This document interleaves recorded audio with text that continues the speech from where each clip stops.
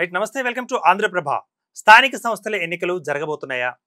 మరి బీసీలకు సంబంధించిన అంశాలను పరిష్కరించకుండానే రేవంత్ సర్కార్ మరి ముందుకు తీసుకువెళ్లే క్రమం ఎంతవరకు ఉంది, ఎంతవరకు కొనసాగబోతోంది?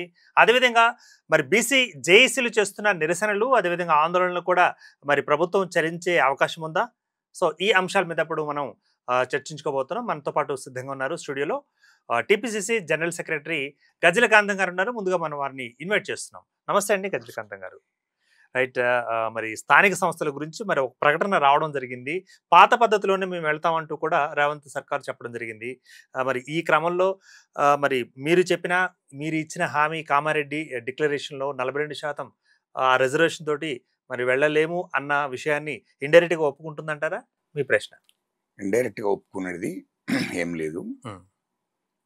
మాకు ఆనాడు కామారెడ్డి డిక్లరేషన్ మా రాహుల్ గాంధీ గారు, మా ముఖ్యమంత్రి గారు ఏదైతే బీసీలకు హామీ ఇచ్చారో, మా రాహుల్ గాంధీ గారి లక్ష్యం ఏంటంటే దేశవ్యాప్తంగా కులగణన వేయించాలనేది ఒక లక్ష్యం. దాంతోనే ఇప్పటికి కూడా దాంతోనే ముందుకు పోతున్నారు. మా రాహుల్ గాంధీ గారి ఆదేశాల మేరకే మా ముఖ్యమంత్రి రేవంత్ రెడ్డి గారు కామారెడ్డి డిక్లరేషన్ ను పూర్తిగా అమలు చేయాలనే ఆలోచనతోనే కులగణన వేయించాడు. ఇది ఒకటి గుర్తుపెట్టుకుని, కులగణన జరిగింది. కులగణన వేసిన తర్వాత దానికి ఒక కమిటీ వేశాడు, కమిషన్ వేశాడు, డెడికేషన్ కమిషన్ వేశాడు. కమిషన్ వేసిన తర్వాత రిపోర్ట్ తెప్పించుకున్నాక అసెంబ్లీ తీర్మానం చేశారు. 42% బీసీలకు ఇవ్వాలి రిజర్వేషన్. అదే 3 దశల్లో భాగంగా 3 దశల భాగంగా అసెంబ్లీ తీర్మానం జరిగింది. అసెంబ్లీ తీర్మానం చేసి ఇటు గవర్నర్కి పంపాడు, అటు కేంద్ర ప్రభుత్వానికి పంపించాడు. అసెంబ్లీ తీర్మానం చేసి అంటే రాష్ట్ర ప్రభుత్వం చేయవలసిన పనంతా కంప్లీట్ చేశారు మా ముఖ్యమంత్రి గారు. ఖచ్చితంగా 42% రిజర్వేషన్లు ఇవ్వవలసిందే. వీళ్ళ జనాభా నిష్పత్తి ప్రకారం, బీసీల జనాభా నిష్పత్తి ప్రకారం 42% రిజర్వేషన్ ఇవ్వవలసిందే అని చెప్పి అటు కేంద్ర ప్రభుత్వానికి 9వ షెడ్యూల్లో చేర్చుమని కేంద్ర ప్రభుత్వానికి పంపించాడు, ఇటు గవర్నర్ కూడా పంపించాడు. ఇది నిర్ణయం తీసుకున్నది ఎవరు? కేంద్ర ప్రభుత్వం. అది ఈ దేశ ప్రధానమంత్రి నరేంద్ర మోడీ గారు. అంటే 9వ షెడ్యూల్లో చేర్చమని జేఏసీ సంఘాలు, బీసీ సంఘాలు కదా గొడవ చేస్తున్నాయి. కాదు, అక్కడ చేర్చుమనే కదా కేంద్ర ప్రభుత్వానికి పంపించింది. అసెంబ్లీ తీర్మానం చేసి పంపించింది. ఇది 9వ షెడ్యూల్లో చేర్చి 42% రిజర్వేషన్ ఇవ్వమనే కదా పంపించింది. మరి బీసీలు అట్లా చెప్పట్లేదు, రాములు చేస్తాం మీరే తనుగు చావండి అన్నట్లుగా. వాళ్ళకు ఇప్పుడు ప్రభుత్వం విషయం వాళ్ళకు మరి తెలుసో తెలియదు, ఎందుకు మాట్లాడుతున్నారో నాకు తెలియదు. కానీ కేంద్ర ప్రభుత్వానికి పంపించడం జరిగింది. దాన్ని 9వ షెడ్యూల్లో చేర్చి 42% రిజర్వేషన్లు వీళ్ళకు అమలయ్యేటట్టు చట్టం చేయండి అని పంపించాడు ముఖ్యమంత్రి రేవంత్ రెడ్డి గారు. ముఖ్యమంత్రి గారు ఎందుకు పంపించారంటే కేంద్ర ప్రభుత్వం చేతిలో ఉన్నది, చట్టం చేయాలంటే కేంద్ర ప్రభుత్వం చేయాలి. కాబట్టి కేంద్ర ప్రభుత్వానికి పంపించాడు. చిత్తశుద్ధి ఉన్నది కాబట్టి అసెంబ్లీ తీర్మానం చేయించారు. అసెంబ్లీ తీర్మానం చేసి పంపడం జరిగింది. దాన్ని గుర్తుపెట్టుకోవాలి ఎవరైనా. అయితే ఏం చేస్తుంది కేంద్ర ప్రభుత్వానికి పంపిస్తే ఇప్పటి వరకు దాని మీద నిర్ణయం తీసుకోలేదు. చొరవ తీసుకోవాల్సిన ప్రభుత్వం కాదంటారా? కేంద్ర ప్రభుత్వం చొరవ తీసుకున్నది రాష్ట్ర ప్రభుత్వం పని చేయించుకోవాల్సింది రాష్ట్ర. అవును, ఇప్పటికీ చాలా సార్లు ఈ దేశ ప్రధానమంత్రికి పంపించాడు, లేఖలు రాశాడు. ప్రభుత్వానికి కేంద్ర ప్రభుత్వానికి కలిశారు, ఖచ్చితంగా ఇది చెయ్యండి అని, 42% రిజర్వేషన్ ఇవ్వాలని చెప్పి. జంతర్ మంతర్ దగ్గర ధర్నా చేశారు ముఖ్యమంత్రి గారు స్వయంగా. అందరు రాష్ట్ర మంత్రివర్గాన్ని తీసుకెళ్ళి బీసీ జేఏసీలు ఉన్నాయి, అందులో బీసీ జేఏసీలు కూడా వచ్చినాయి. అందరు కూడా వచ్చారు. వచ్చి దాంతో అక్కడ ధర్నా చేశారు, కేంద్ర ప్రభుత్వానికి వినవించారు, దేశ ప్రధానమంత్రికి ఇచ్చారు. ఖచ్చితంగా ఇది చేయవలసిందంతా చేశాడు. చేసిన తర్వాత దాని తర్వాత తదుపరి ఇక్కడ కోర్టుకు పోయారు కొంతమంది. కొన్ని సామాజిక వర్గాలు కోర్టుకు వెళ్ళారు. కోర్టుకు వెళ్తే కోర్టు తీర్పు ఏమొచ్చిందంటే చట్టం చేయాల్సిందే, కేంద్ర ప్రభుత్వం చట్టం చేయాల్సిందే, మీ రాష్ట్ర ప్రభుత్వం తీసుకోవాల్సిన నిర్ణయం కాదు ఇది అని చెప్పి వాళ్ళు చెప్పారు. ఎన్నికల సంఘం కూడా అదే చెప్పారు. అయితే చెప్పడంతో అప్పటితో ఆపలేదు. మేము ఎట్టి పరిస్థితుల్లో మేము మాటిచ్చాము కదా, మా రాహుల్ గాంధీ గారు మాటిచ్చారు, మా ముఖ్యమంత్రి రేవంత్ రెడ్డి గారు మాటిచ్చారు. కాబట్టి మా పార్టీ ద్వారా మీరు ఎన్ని కోట్లకు పోయి మీరు ఆపినా కేంద్ర ప్రభుత్వం చేయకుండా మా పార్టీ ద్వారా ఖచ్చితంగా మేము మాటిచ్చాము కాబట్టి మా పార్టీ ద్వారా ఆ బీసీ రిజర్వేషన్ ఏదైతే 42% అన్నామో ఆ 42% రిజర్వేషన్ మేము అమలు చేస్తాము. స్థానిక సంస్థలు సర్పంచ్ కానీ, ఎంపీటీసీ కానీ, జడ్పీటీసీ కానీ, జడ్పీ చైర్మన్లు కానీ, కార్పొరేటర్లు కానీ, మున్సిపల్ మేయర్లు కానీ మేము ఖచ్చితంగా రిజర్వేషన్ 42% రిజర్వేషన్ మేము అమలు చేసుకుంటాం ఓన్లీ స్థానిక సంస్థలకు మాత్రమే పార్టీ ద్వారా చేస్తాం అనే లక్ష్యంతో మా ముఖ్యమంత్రి గారు ముందుకు పోతున్నాడు. మా ప్రభుత్వం కూడా ముందుకు పోతున్నది. మా కాంగ్రెస్ పార్టీ కూడా ముందుకు పోతున్నది. ఇది మాకున్న చిత్తశుద్ధి. కానీ రిజర్వేషన్ మాత్రం ముందుకెళ్ళట్లేదు, పరిష్కారం అవ్వట్లేదు అన్నది ఇంకొక వ్యాఖ్య. అవును, రిజర్వేషన్ ఎవరు అమలు చేయాలి? కేంద్ర ప్రభుత్వానికి. నిజంగానే మీరు ఒకటి అంటున్నారు, బీజేపీ ప్రభుత్వం, నరేంద్ర మోడీ గారు, ఈ దేశ ప్రధానమంత్రి గారు, కేంద్ర హోంశాఖ మంత్రి అమిత్ షా గారు హిందువులమని చెప్పుకుంటున్నారు కదా, మరి బీసీలంతా హిందువులే కదా. నేను ఒక్కటే ముక్కుసూటిగా అడుగుతున్నా, ఈ దేశంలో బీసీలందరూ 60% ఉన్న బీసీలు హిందువులే కదా. ఈ దేశంలో ఎవరన్నా ఉన్నారు అంటే హిందువులు, అసలైన సిసలైన హిందువులు బీసీలే కదా. మరి బీసీలని చెప్పుకుంటున్నారు, మీరు హిందువులని చెప్పుకుంటున్నారు కదా, మరి హిందువులకు ఎందుకు న్యాయం జరుగుతలేదు? ఈ దేశ ప్రధానమంత్రి గారు నేను బీసీని అంటాడు, మరి నీ సామాజిక వర్గం, ఏ సామాజిక వర్గంలో అయితే పుట్టావో మరి ఆ సామాజిక వర్గాలకు నువ్వు ఎందుకు న్యాయం చేస్తలేవు? నిజంగానే నువ్వు బీసీవా అని నేను అడుగుతున్నా ప్రధానమంత్రి గారు. ఇదేం పద్ధతి? మీరు ఏ మాట చూసినా హిందువులు అంటారు. హిందూ అనే ఒక మతం పేరు మీద, హిందూయిజం పేరు మీద మీరు ఈ దేశంలో అధికారులకు వస్తున్నారు. ఈ దేశంలో మీరు ఏదో సామాజిక న్యాయం చేసో, లేకుంటే ఈ ప్రజలకి ఏదో ఉరగబెట్టి మీరు అధికారులకు వస్తలేరు. ఏదన్నా ఉంటే హిందూ, ఏదన్నా ఉంటే రాముడు, ఏదన్నా ఉంటే హిందూ, అంతే తప్ప సెకండ్ ఆప్షన్ లేదు మీ దగ్గర. సెకండ్ ఆప్షన్ చెప్పండి మీరు ప్రజలకు. రైట్. ఇప్పుడు బీసీ సోదరులు ఏమంటారంటే దొందే వాళ్ళని అడిగితేనేమో వాళ్ళు రాష్ట్ర ప్రభుత్వం అంటున్నారు, రాష్ట్ర ప్రభుత్వం అడిగితేనేమో కేంద్ర ప్రభుత్వం అంటున్నారు, మధ్యలో నలిగిపోతుంది మేమే కదా అంటున్నారు. వాళ్ళు ఆ పద్ధతిలో అవగాహన లేనటువంటి మాటలు మాట్లాడకూడదు, అవగాహన ఉండి మాట్లాడాలి. మనం చదువుకున్న వాళ్ళం చదువుకున్న రకంగా మాట్లాడాలి. రాష్ట్ర ప్రభుత్వం చేయవలసిన పని అంతా చేసింది కదా. రాష్ట్ర ప్రభుత్వం రిజర్వేషన్లను అంటే గవర్నర్ దగ్గర 3 నెలలు తాత్సారం చేసిందని కూడా ఒక విమర్శ ఉంది. అవును, గవర్నర్ ఎవరు మనిషి? బీజేపీ మనిషి. ఎవరు మనిషి? నరేంద్ర మోడీ గారి మనిషి, ఈ దేశ ప్రధానమంత్రి మనిషి. ఆ గవర్నర్ గారు ఎవరు? వీళ్ళు గవర్నర్ గారు ఆపిందంటే ఏంటి? ఇది బీసీలకు న్యాయం చేయాలని ఉన్నదా వీళ్ళకు? అసలు బీసీలందరూ హిందువులే కదా. మీరు నిజంగానే హిందువులైతే, ఈ నరేంద్ర మోడీ గారు నిజంగానే మీకు హిందువులకు న్యాయం చేయాలనుకుంటే, ఈ దేశంలో ఉన్నటువంటి బీసీలు, ఈ తెలంగాణ రాష్ట్రంలో ఉన్నటువంటి బీసీలు అంతా హిందువులే కదా. మరి హిందువులకు న్యాయం చేయండి, వాళ్ళకి సామాజిక న్యాయం చేయండి, వాళ్ళకు రిజర్వేషన్ అమలు చేయండి మీకు దమ్ముంటే. ఏమన్నంటే హిందువులు, వీళ్ళంతా హిందువులే కదా. రైట్. ఒకటి చెప్పండి గజ్జల కాంతం గారు, ఇప్పుడు కేంద్ర ప్రభుత్వానికి ఓటు వేసిన వాళ్ళలో బీసీలు అధిక భాగం ఉన్నారు, రాష్ట్ర ప్రభుత్వం ఏర్పడటానికి ఓటు వేసిన వాళ్ళలో బీసీలు అధిక భాగం ఉన్నారు. మరి ఇద్దరికి వాడుకున్న వాళ్ళు, ఇద్దరు ఓట్ల రూపంలో మీ ప్రభుత్వాలకు వేయించుకున్న వాళ్ళు చిత్తశుద్ధి దగ్గర ఎందుకు వెనకబడుతున్నారు? మీరు అంటే మీరు కాదు మీరు అని చెప్పేసి ఎందుకు అనుకుంటున్నారు? మేము మా చిత్తశుద్ధిని చాటాం. మేము కులగణన వేయించడం ఏంది కారణం? ఈ రాష్ట్రంలో కులగణన వేయించిన మాట ఇచ్చిన ప్రకారం నిలబెట్టుకోవాలనే కదా కులగణన చేయించాము. దానికి ఒక కమిషన్ వేసాము. అది మొత్తం రిపోర్ట్ తెప్పించుకున్నాక అసెంబ్లీ తీర్మానం చేశాము, గవర్నర్కి పంపాము, కేంద్ర ప్రభుత్వానికి పంపాము. అంటే ఇదేమి ఇలా కోర్టు కూడా ఏం చెప్తుంది? ఇంకోటండి, ఇప్పుడు మీరు కొత్తగా ఏం చేయలేదు. ఇంతకుముందు కూడా ఒక రాష్ట్ర ప్రభుత్వం కూడా చేసింది, 69% రిజర్వేషన్ సంపాదించుకుంది. మరి జయలలిత గారు దానికి అప్పుడు ముఖ్యమంత్రి గారు ఉన్నప్పుడు చొరవ తీసుకొని ఆమె కాలికి బలపం కట్టుకొని కేంద్రం దగ్గరికి వెళ్ళి అక్కడ పోరాట్లాడి మరి అక్కడ బిల్లు చేయించుకున్న దాకా ఆమె అంత చిత్తశుద్ధి చూపించారు. ఆ చిత్తశుద్ధి ఇంత మరి రేవంత్ గారి దగ్గర లేదంటూ బీసీలు అంటున్న మాట ఒప్పుకుంటారా? వాస్తవం, అట్లా ఒప్పుకుంటామండి. ఇప్పుడు బీసీల పక్షాన మా ముఖ్యమంత్రి గారు ఢిల్లీకి అనేక సార్లు వేయండు, అది గుర్తుపెట్టుకోవాలి. ఆనాడు జయలలిత గారు ముఖ్యమంత్రి ఉన్నప్పుడు బీజేపీ గవర్నమెంట్ లేదు అక్కడ. అంటే అధిష్టానం పిలిచిన మేరకు వెళ్ళారు కానీ బీసీల మీద తక్కువ వెళ్ళారని బీసీలు అంటున్నారు. బీసీలు అంటారు, బీసీలు అవగాహన లేకుండా మాట్లాడతారు. ఒకటి నేను అడుగుతా, మీరు ఇంకోటి, ఆనాడు జయలలిత గారు ముఖ్యమంత్రి ఉన్నప్పుడు బీజేపీ గవర్నమెంట్ లేదు. బీజేపీ గవర్నమెంట్ ఉంటే ఆనాడు జయలలిత గారికి కూడా ఏపోతుండే. ఆనాడు గవర్నమెంట్ వేరే ఉన్నది కాబట్టి అప్పుడు వాళ్ళు ఖచ్చితంగా ఆమె చెప్పిన మాటకు కట్టుబడి ఇచ్చేసారు, బీసీల మీద చిత్తశుద్ధితో ఇచ్చేసారు. ఇయల్లో బీజేపీ ఆర్ఎస్ఎస్ ఈ దేశాన్ని నీలేడిది. బీజేపీ ఆర్ఎస్ఎస్ వాళ్లకు బీసీలు అంటే ఇష్టం ఉండదు, దళితులంటే ఇష్టం ఉండదు, ఆదివాసులు అంటే ఇష్టం ఉండదు, ఎస్టీలు అంటే ఇష్టం ఉండదు, గిరిజనులు అంటే ఇష్టం ఉండదు. వాళ్ళకి ఈ సామాజిక వర్గాలకు న్యాయం చేయాలనేది వాళ్ళకు ఉండదు. ఎందుకంటే వాళ్ళు ఏమున్నా ఒకటే రాముని పేరు చెప్పుకొని, ఏమనంటే హిందువు పేరు చెప్పుకొని వాళ్ళు ఓట్లు దండుకోవడం కోసం మభ్యపెట్టి, ప్రజలు మభ్యపెట్టి అజ్జారు. మీకు దమ్ముంటే నేను ఒకటి అడుగుతా, ఈ దేశవ్యాప్తంగా ఉన్నటువంటి బీసీలే కదా హిందువులు, మరి దేశవ్యాప్తంగా కులగణన ఎందుకు చేస్తలేవు? ఈ దేశవ్యాప్తంగా బీసీలు హిందువులే కదా, మరి ఈ దేశవ్యాప్తంగా ఎందుకు వాళ్ళ జనాభా నిష్పత్తి ప్రకారం రిజర్వేషన్లు ఇస్తలేరు? అంటే కేంద్ర ప్రభుత్వం చెప్పిన మాట ఏంటంటే రాష్ట్ర ప్రభుత్వాలే మీరే చూసుకోండి, ఎందుకంటే ఆ కులాలు ఉండేది మీ రాష్ట్రంలోనే కాబట్టి ఆ వ్యవహారం మీరే చూసుకున్నట్టు కూడా చెప్పిన సంగతి గుర్తుంది. గుర్తున్నది కదా. దేశవ్యాప్తంగా బీసీలు లేరా? దేశవ్యాప్తంగా బీసీలు లేరా? బీసీలు ఒక తెలంగాణ రాష్ట్రంలో కాదు కదా, ఆంధ్ర రాష్ట్రంలో బీసీలు ఉండవు. ఈ దేశవ్యాప్తంగా బీసీలు ఉన్నటువంటి ఈ దేశంలో బీసీలే ఉన్నారు కదా. 60% బీసీలు ఉన్నారు కదా. బీసీలు లేకపోతే నీ కోట్లు ఎక్కడియే? ఇవాళ హిందువులు అనేటోళ్ళు బీసీలే. ఆ బీసీలు నీకు ఓట్లేస్తే, లేకుంటే దళితులు, గిరిజనులు, ఆదివాసులు ఓట్లేయరు. ఇప్పుడు బీసీలు ఏమో అధిక భాగంలో బీసీలు ఉంటారు, ఓట్లు వాళ్ళవే, సీట్లు మాత్రం వీళ్ళవి. అవును, మరి అన్యాయం జరగట్లేదు అక్కడ? అన్యాయం జరుగుతుంది. అదే అందుకోసమే అంటున్నాం కదా. ఇవాళ ఏంది వాళ్లకు 8 మంది ఎంపీలను ఇచ్చారు. ఈ రాష్ట్రంలో 8 మంది ఎంపీలు ఇచ్చారు. ఎంపీలంతా ఏం చేస్తున్నారండి? బీసీ ఎంపీలంతా ఏం చేస్తున్నారు? నిజంగా నీకు బీసీల మీద ప్రేమ ఉందా వీళ్ళకు, ఎంపీలకు అందరికీ?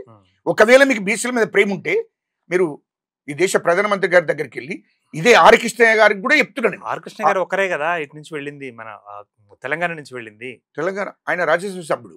అదే అదే ఈటల రాజేందర్ ఎవరు? ఎంపీ కదా. అరవింద్ ఎవరు? ఎంపీ కదా, బీసీ కదా. ఈ బీసీలందరూ ఏం చేస్తుంది ఇక్కడ? బీసీలంతా ఏం చేస్తుండ్రు? మీ బీసీల ఎంపీలంతా ఆర్ కృష్ణయ్య రాజ్యసభ సభ్యునిగా, ఈ ఎంపీలందరూ మేము రాజీనామా చేస్తాము, మీరు గిట్ట బీసీలకు 42% రిజర్వేషన్లు అమలు చేయకపోతే, 9వ షెడ్యూల్ చేర్చకపోతే మేము పార్టీకి రాజీనామా చేస్తున్నామని ఎందుకంటలేరు? మీరు సభ్యత్వానికి రాజీనామా ఎందుకు చేస్తున్నారు? బీసీల కోసం మీరు బీసీల కోసం త్యాగం చేస్తున్నారు కదా. మరి బీసీల ఓట్లు వేసుకుని మీరు ఎంపీలు అయినారు కదా, మీరు ఎందుకు మరి రాజీనామా చేస్తారంటలేరు? ఈ దేశంలో ఉన్న ఎంపీలందరూ, బీసీలను అన్ని పార్టీల ఎంపీలందరినీ ఎందుకు ఏకం చేస్తలేరు మీరు ఢిల్లీకి పోయి? కాంగ్రెస్ ఎంపీలు ఎంతమంది ఉన్నారండి ఇప్పుడు? 8 మంది. 8 మంది. మరి మిగతా పార్టీలలో 8 మంది. బీజేపీ 8 మంది. సగభాగం ఉంది కదా. అవును. మరి ఒకసారి సగభాగాన్ని మరి మిగతా సగభాగాన్ని కల్పిస్తే ఒకసారి మనం అందరూ కలిసి సమిష్టిగా అడిగే అవకాశం ఉంది కదా. వాళ్ళు అడగాలి కదా, వాళ్ళు బీసీ నాయకత్వంతో చూసుకోవాలి కదా. బీసీలు తల్లి పిల్లలకి ఆకలి అవుతుందా లేదో చూసుకోవాలి, కానీ పిల్లే తల్లిని అడగదు కదా. అమ్మ ఆకలి పెట్టింది నాకు వాళ్ళు అని చెప్పేసి అడగలేదు కదా. వాళ్ళ ఓట్లు వేసుకుని మీరు సీట్లు గెలిపించుకున్నప్పుడు, అందుకోసమే అధికారంలో ఉన్నప్పుడు మీరు ఇక్కడ బాగోగులు పెట్టించుకోవాలి కదా. అంటే బీసీలు అడుగుతున్నారు. అందుకోసమే కులగణన చేసినాం. బీసీలు అడిగితే ముక్కుబడిగా ఉందంటున్నారు. బీసీలు అడిగితే మా రాహుల్ గాంధీ గారు మొదలే మాటిచ్చారు, మా ముఖ్యమంత్రి గారు మొదలే మాటిచ్చారు. ఆ మాట ప్రకారం కులగణన జరిగింది. ఆ మాట ప్రకారమే కమిషన్ వేశాడు. ఆ మాట ప్రకారమే అసెంబ్లీ తీర్మానం జరిగింది. దాని ప్రకారమే ఇవాళ కేంద్ర ప్రభుత్వానికి పంపించాడు. ఎలాంటి అన్ని న్యాయ సలహాలు తీసుకున్న తర్వాతనే అసెంబ్లీ తీర్మానం చేశారు. ఇవాళ కోర్టుకి వెళ్ళారు. కోర్టు ఏం చెప్పింది? ఇది మీ పరిధిలో కాదు, కేంద్ర ప్రభుత్వం చేస్తుంది, 9వ షెడ్యూల్ చేర్చి దానికి చట్టం చేయాలి అని చెప్పి కోర్టులు చెప్తున్నాయి. దాని ప్రకారమే కదా మేము అడిగేది. మీరు 8 మంది ఎంపీలను ఇచ్చింది కదా, మరి మీకు బాధ్యత ఉన్నది కదా. మీకు సగం భాగం ఉంది కదా, మాకు సగం భాగం ఉన్నదని మేము కూడా అంటున్నాము. అందుకోసం బీసీ ఎంపీలందరూ వెళ్ళండి అంటున్నా నేను. మీరు బీసీ ఎంపీలంతా ఢిల్లీకి వెళ్ళండి. మీరు బీసీ ఎంపీలందరూ ఎందుకు బీజేపీలో ఉన్న బీసీ ఎంపీలు కానీ, కాంగ్రెస్ పార్టీలో బీసీ ఎంపీలు కానీ, అటు ఆర్ కృష్ణయ్య రాజ్యసభ సభ్యుడు, మీరందరూ కలిసి ఢిల్లీకి వెళ్ళండి. అక్కడ ఉన్నటువంటి బీసీ ఎంపీలను కూడా ఏకం చేసుకోండి, వాళ్ళ మద్దతు తీసుకోండి. అవసరం అనుకుంటే 42% రిజర్వేషన్ ఏకపోతే రాజీనామా చేస్తారని చెప్పండి, పార్టీకి రాజీనామా చేయండి. మీ జాతికి ఉపయోగపడినప్పుడు మీరెందుకు దాంట్లో ఉంటున్నారు? మీ జాతికి ఉపయోగపడినప్పుడు మీ జాతి బాగోగులు చూసుకోవాల్సిన అవసరం ఉంది కదా. జాతి కన్నా ఎక్కువ కాదు కదా మీ పదవి. ఇప్పుడు గజ్జలకు అంతం గారికి ఉన్న స్పార్కు మరి బీసీ ఎంపీలకు ఎందుకు లోటుగా ఉంది? ఎందుకు వాళ్ళు చేయలేకపోతున్నారు? అంటే సమర్థతగా లేరా, లేకపోతే సెకండ్ గ్రేడ్ గానే ఉందాం అనుకుంటున్నారా? అసలు మా వాళ్ళు మీ ఎక్కడ వేస్తే అక్కడ గొంగలి అని అనుకుంటున్నారా? ఇక వాళ్ళు త్యాగం అనేది ఉండాలి. మనకు త్యాగం అనేది లేకుండా ఏది సాధ్యం కాదు. మనం ఎందుకంటే మనం ఏ జాతిలో పుట్టామో ఆ జాతి కోసం త్యాగం చేయాలి. త్యాగం చేయనప్పుడు నీకెందుకు మానవత్వం లేదంటే కదా. మీరు ఏం త్యాగాలు చేస్తున్నారు? ఏమున్నాయి? సంఘాలు మొత్తుకుంటే కాదు కదా. సంఘాలు మొత్తుకుంటే కాదు. మీరు అధికారంలో ఉన్నారు, రాజకీయ అధికారంలో ఉన్నారు, మీరు ఎంపీలుగా ఉన్నారు, మీరు పార్లమెంట్ లో మాట్లాడే పరిస్థితి మీకుంది. ఈ సంఘాలు వచ్చి మాట్లాడలేవు. మీరు ఎంపీలందరూ మీరు మాట్లాడండి. ఒకవేళ ఇవ్వనంటే రాజీనామా చేయండి. మీ పార్టీ వద్దు, నువ్వు వద్దు, మాకు ఇయ్యనప్పుడు మేమెందుకు? రైట్ అండి. ఇప్పుడు మరి ఉప ఎన్నికలు కూడా రేపు ఖైరతాబాద్ నియోజకవర్గంలో వచ్చే అవకాశం ఉందంటూ కూడా ఊహాగానాలు వస్తున్నాయి. ఎప్పటి నుంచే తట్టాబుట్ట సర్దుకుంటున్నారు, రెడీ అవుతున్నారు, సంసిద్ధపడుతున్నారు అధికార ప్రతిపక్ష పార్టీలు కూడా. మరి ఇప్పుడు స్థానిక ఎన్నికలు కూడా దీంతో పాటు లేదా దీని తర్వాత నిర్వహించాలని ఉన్నారు కదా. సో ఇదే క్రమంలో కూడా పార్టీ ఫిరాయింపుల వ్యవహారం కూడా పెద్ద తలనొప్పిగా ఉంది. సో ఈ క్రమంలో రాజకీయ ముఖచిత్రం, తెలంగాణ ముఖచిత్రం ఎలా ఉండబోతుందంటారు? ఫైనల్ ఏమున్నది? ఇప్పుడు అక్కడ ఉప ఎన్నిక వస్తే ఖచ్చితంగా కాంగ్రెస్ పార్టీ గెలుస్తుంది. ఖైరతాబాద్ కానీ, అటు కడియం శ్రీహరి గారు కానీ ఖచ్చితంగా కాంగ్రెస్ పార్టీ తరఫున గెలుస్తారు. ఓకే. ఇక్కడ నాగేందర్ గారు కానీ అక్కడ కడియం శ్రీహరి గారు ఖచ్చితంగా గెలుస్తారు. స్థానిక సంస్థలు కూడా ఖచ్చితంగా కాంగ్రెస్ పార్టీ గెలుస్తుంది. మరి ఇప్పుడు అసంతృప్తి ఉన్నారు కదా, 42% మాకు కావాల్సిన రిజర్వేషన్ కాలేదు కదా అన్నారు. పార్టీ ద్వారా ప్రభావం చూపించదు అంటారా? 42% ప్రజలకు అందరికి తెలిసింది, ప్రజలందరికీ తెలుసు. మనం అనుకుంటున్నాం ఇక్కడ వీళ్ళందరూ మీడియా ఉన్నది కదా, మీడియా ముందట వచ్చి మాట్లాడినంత మాత్రాన ప్రజలకు మొత్తం తెలుసు, ప్రజలకు అర్థమైంది ఇదంతా ఇదొక డ్రామా చేస్తున్నారు వీళ్ళంతా. నిజంగానే వాళ్ళకు చిత్తశుద్ధి ఉంటే బీసీల మీద, ఈ బీసీ ఎంపీలందరూ రాజీనామా ఏమంటారు ఇప్పుడు ఢిల్లీ ఆల్ పార్టీలో ఉన్నటువంటి బీసీలందరిని అడుగుతున్నా నేను, ఒక్క పార్టీలో కాదు. శుభమాని స్థానిక ఎన్నికలు లేకపోతే బైపోలింగ్ వెళ్ళబోతున్నప్పుడు రాజీనామా గురించి అంటే వారు ఒప్పుకుంటారా? ఇప్పటికే రాజీనామా చేయండి అని అంటున్నా నేతలు కూడా ఉన్నారు కదా, ఉండదంటారా? నేను జాతి కోసం అంటున్నా. సరే, జాతి కోసం త్యాగం చేసే వాళ్ళు ఉన్నారా? మరి చేయకపోతే మరి ఎట్లా? నీ జాతులు ఏ జాతులతో పుట్టినవు ఆ జాతి కోసం నువ్వు త్యాగం చేయకపోతే ఎట్లుంటది? ఆ జాతి కోసం నువ్వు పని చేయాలి కదా. నువ్వు జాతి ముఖ్యం అనుకుంటే 60% ఉన్న ప్రజలు బీసీలు, వాళ్ళ కోసం నువ్వు త్యాగం చేయకపోతే ఆ బీసీలలో పుట్టావు కదా. రైట్. ఇప్పుడు ఇంత త్యాగధనులు అనుకున్న వారి త్యాగంగా, ఓట్ల త్యాగంగా మరి గెలిచిన ప్రభుత్వం అంటూ ఉంది కదా, ప్రభుత్వమే ఒక త్యాగం చేసి ఒక స్టెప్ ముందుకేస్తే వీళ్ళందరి పక్షాన సులువుగా అయిపోతుంది కదా, కాదంటారా? మేము వాస్తవమే మేము త్యాగం చేశాము కదా. మేమేదన్నా చిన్న లోపం ఉంటే చెప్పండి. రైట్. మేము ఇక్కడ కులగణన జరిగింది, దాని కమిషన్ వేసాం అంటే ప్రతిపక్షాలు అడిగే ప్రశ్నలకి సమాధానాలు చెప్తే మీరు పనిచేస్తున్నారా లేదా అన్నది తెలిసిపోతున్నది. ఇప్పుడు ప్రతిపక్షాలు కాదు, ప్రతిపక్షాల గురించి మాట్లాడాలంటే ఇక వేరే ఉంటది.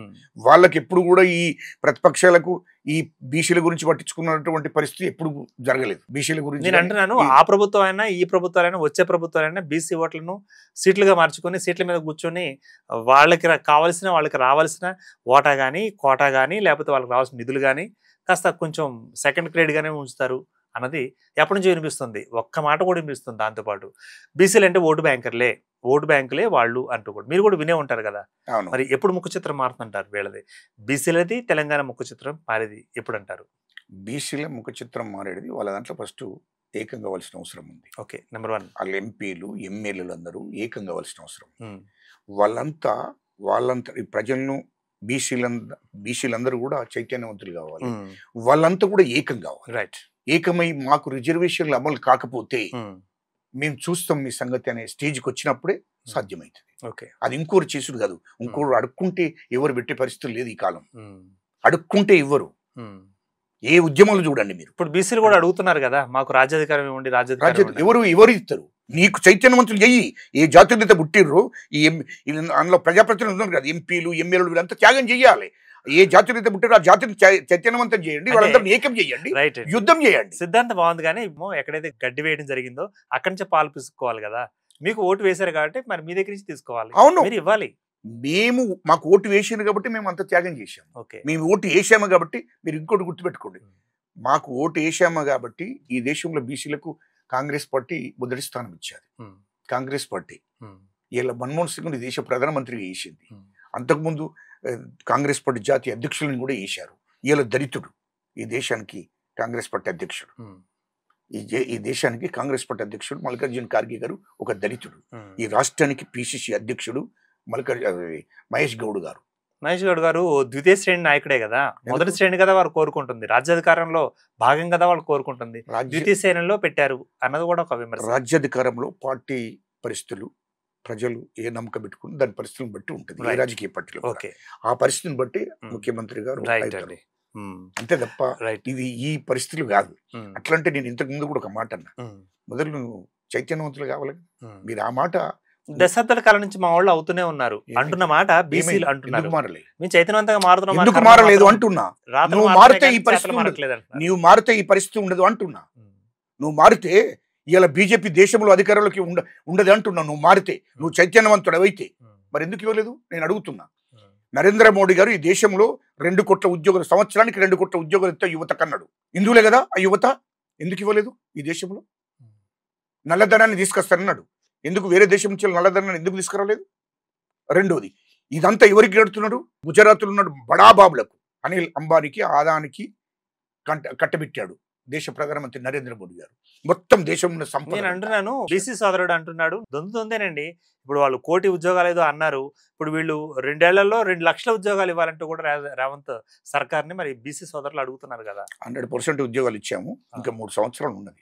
3 ఏళ్లలో కూడా ఇంకా పెరుగుతాయి కదా మీరు ఇస్తామన్న సంఖ్య. 3 సంవత్సరాలు ఉన్నది. 2 సంవత్సరాలు అయింది. రైట్. ఉద్యోగాలు 3 సంవత్సరాలు ఉన్నాయి. ఇంకా 3 సంవత్సరాలు పూర్తిగా అనుకున్న విధంగా ఇస్తాం. రైట్. ఆల్ ద బెస్ట్ అండి. Thanks for the participation. Thank you very much. Right. మరి మొత్తంగా చూసినట్టయితే స్థానిక సంస్థల ఎన్నికలు మరి పాత రిజర్వేషన్లతోటే వెళ్ళబోతుందంటూ కూడా సర్కార్ అభిష్టం అదే అంటూ కూడా మరి ఇటీవల కాలంలో కూడా ఒక జీవోని రిలీజ్ చేయడం జరిగింది. సో స్థానిక సంస్థలకి నగారా మోగింది అనుకోవచ్చు. అయితే రిజర్వేషన్లు మాత్రం పాత రిజర్వేషన్లని వాళ్ళు చెప్పడం జరిగింది. సో బీసీ సోదరులు కొంత ఆందోళన, కొంత నిరసన వ్యక్తం చేస్తున్నా కూడా మరి ఏం జరగబోతుంది, రాష్ట్ర ప్రభుత్వం అలాగే వెళ్ళబోతుందా? సో పాత నిబంధన ప్రకారం, పాత నియమాల ప్రకారమే, పాత రిజర్వేషన్ శాతం ప్రకారమే మరి జరిపే అవకాశం ఉందన్నది కూడా ఆఖరి నిమిషంలో తెలిసే అవకాశం ఉంది. Keep watching Andhraprabha.